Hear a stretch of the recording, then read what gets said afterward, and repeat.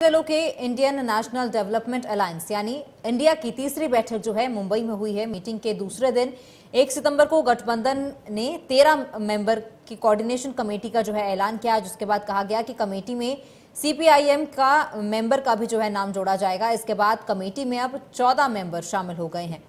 तो आपको बता दें कि विपक्ष की मीटिंग जो थी इसमें अब 14 मेंबर होंगे। इंडिया गठबंधन में अब 14 मेंबर शामिल किए जाएंगे। इंडिया गठबंधन की बैठक में 14 मेंबर अब जो है शामिल होंगे। सीपीआईएम का मेंबर भी इसमें शामिल किया गया है।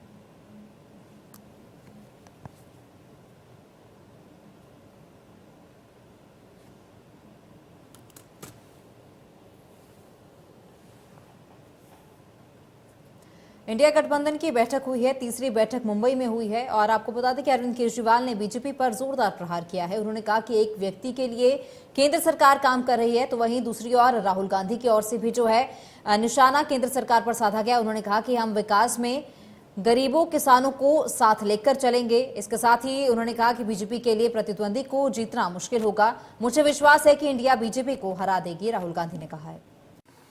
सबसे पहले मैं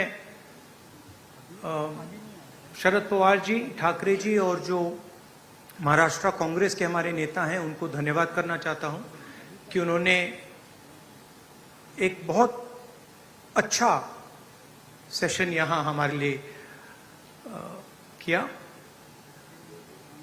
सेशन में दो महत्वपूर्ण बातें डिसाइड की गई।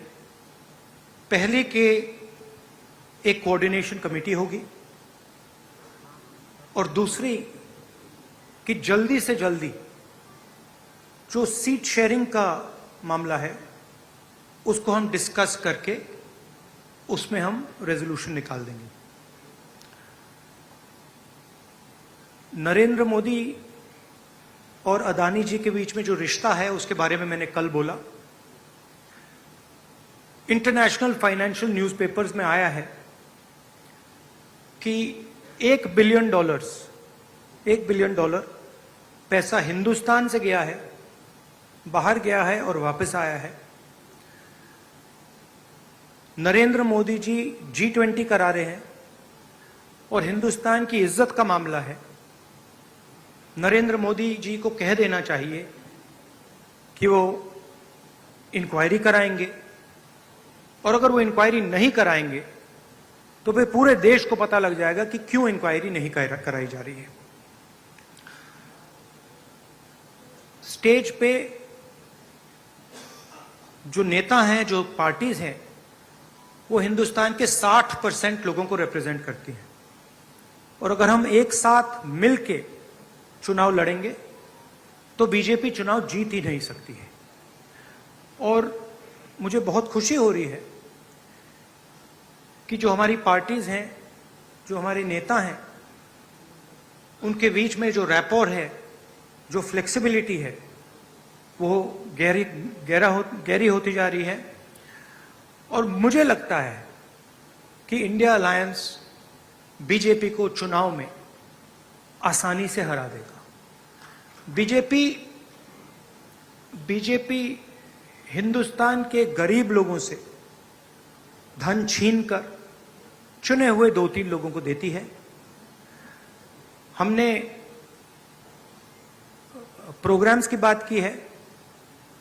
एक हम कमेटी बना रहे हैं जो पॉलिसीज के बारे में डिस्कशन करेगी, और जो हमारे किसान हैं, मजदूर हैं, गरीब लोग हैं, उनके लिए जो हमारा विजन है वो हम थोड़ी ही देर में हिंदुस्तान को, आप सबको दिखाएं। लोग इकट्ठे हो रहे हैं 21वीं सदी के भारत का निर्माण करने के लिए। आज हमें बहुत दुख होता है कि आज हमारे देश के अंदर जो सरकार है, मोदी सरकार, मुझे लगता है कि आजाद भारत की सबसे भ्रष्ट सरकार और सबसे अहंकारी सरकार है। एक भारतीय होने के नाते मुझे बेहद दुख होता है। पिछले 3-4 दिन से हम पढ़ रहे हैं कि विदेशों के अखबारों के फ्रंट पेज के ऊपर खबरें छप रही हैं कि हमारी भारत सरकार एक आदमी के लिए काम कर रही है। वो एक आदमी भारत से पैसे निकाल निकाल के बाहर विदेश में ले जा रहा है और भारत सरकार, मोदी सरकार, देश के प्रधानमंत्री उनकी मदद कर रहे हैं। बहुत दुख होता है एक भारतीय होने के नाते। विदेशों में तो खबरें छपनी चाहिए कि भारत में ये अच्छा हो गया, भारत में वो, तब देश का नाम आगे बढ़ेगा। देश का नाम ऐसे थोड़ी आगे बढ़ेगा कि पूरी भारत सरकार एक आदमी के काम करने के लिए लगी हुई है। आज हमारे भारत का युवा रोजगार ढूंढ रहा है, पढ़ लिख के BA करके, BCom करके, BSc करके रोजगार ढूंढ रहा है, उसके पास रोजगार नहीं है। और वो जब सरकार के पास जाता है तो पता चलता है कि सारी सरकार एक ही आदमी के लिए काम कर रही है। सारी सरकार भ्रष्टाचार में डूबी हुई है। आज हमारे लोगों के घर का खर्चा नहीं चल रहा, लोगों के आमदनी नहीं है, आमदनी उतनी है, खर्चे बढ़ते जा रहे हैं। सरकार के पास जाते हैं, पूरी सरकार एक ही आदमी के लिए काम करने में लगी हुई है। इससे ज्यादा अहंकारी सरकार आज तक कभी नहीं हुई। और ये लोग अपने आप को भगवान से भी बड़ा समझने लग गए हैं। और जब कोई आदमी अपने आप को भगवान से बड़ा समझने लगता है तो फिर उसका पतन भी जल्दी होता है। मुझे बेहद खुशी है कि इंडिया अलायंस में सब लोग आपस में जुड़ रहे हैं। एक चीज मैं देख रहा हूं, बहुत बड़ी बड़ी ताकतें, अब सबको लगने लगा है कि ये इंडिया अलायंस मोदी सरकार के आने वाले समय में मोदी सरकार के पतन का कारण बनने वाला है। तो बहुत बड़ी बड़ी ताकतें इस इंडिया अलायंस को तोड़ने में लगेंगी, बहुत बड़ी बड़ी ताकतें। पिछले कुछ दिनों से मैं देख रहा हूं, जबरदस्ती क्या दिखाया जाएगा, इसकी उसके से लड़ाई हो गई, उसकी उससे लड़ाई हो गई, जबरदस्ती दिखाने की कोशिश की जाएगी, जबरदस्ती दिखाने की कोशिश की जाए। मैं पिछली 3 मीटिंग अटेंड कर चुका, मैं आपको पूरी जिम्मेदारी के साथ कह सकता हूं, जितनी अच्छे से और जितने प्यार और मोहब्बत से सारी मीटिंग्स हुई हैं, किसी के साथ लड़ाई नहीं है।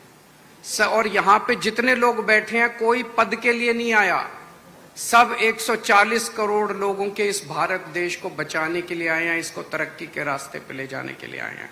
कोई यहाँ पे पद के लिए नहीं आया है।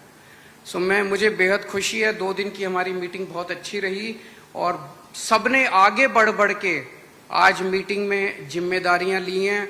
किसी ने सीट शेयरिंग करवाने की जिम्मेदारी ली है, किसी ने मीडिया की जिम्मेदारी ली है, किसी ने सोशल मीडिया की जिम्मेदारी ली है, किसी ने कैंपेन डिजाइन करने की जिम्मेदारी ली है। मुझे पूरी उम्मीद है कि आने वाले समय के अंदर पूरा भारत इकट्ठा होगा और इस अहंकारी, भ्रष्टाचारी, तानाशाही सरकार का